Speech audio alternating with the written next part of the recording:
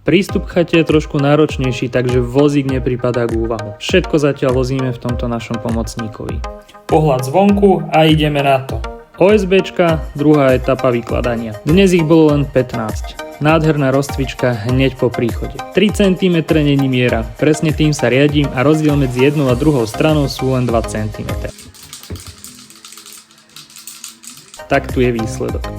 Ale zatiaľ drží. Samozrejme, staré klince.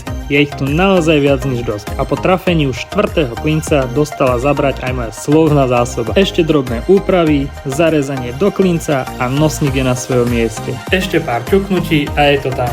Keďže som niekedy rýchlejší ako kamera, tak ukážem aspoň detail, kde som vyriezal spodnú dosku okolo hranula. Samozrejme izolácia, tá nesmie chýbať. Dávame trošku hrubšiu, keďže máme stenu len desinu, dávame 15 W. Režem od oka, trošku viac, aby to pekne tesnilo v každom jednom rohu. Recyklujeme pôvodný obklad. Táto časť bude úplne skrytá a poslúži ako nosná stena pre nové radiátory. Hups, trošku sme nedomysleli šírku steny a pôvodné trubky.